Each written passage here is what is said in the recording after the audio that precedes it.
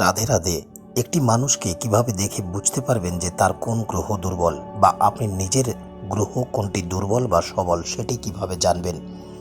নিয়মিত বা অকারণে অন্যের সাথে নিজেকে তুলনা করা মানেই রবি দুর্বল হয়ে পড়ে। একই বিষয়ে অধিক দুশ্চিন্তা করলে বা উদ্বিগ্ন হলেই চন্দ্র দুর্বল হয়ে যায়। অধিক রাগান্বিত হলে বা মনে ক্রোধের সঞ্চার হওয়া মানেই মঙ্গল দুর্বল হয়ে যায়। স্থান কাল পাত্রভেদে বা সুযোগ পেলে পরনিন্দা পরচর্চা করার অর্থই বুধ দুর্বল।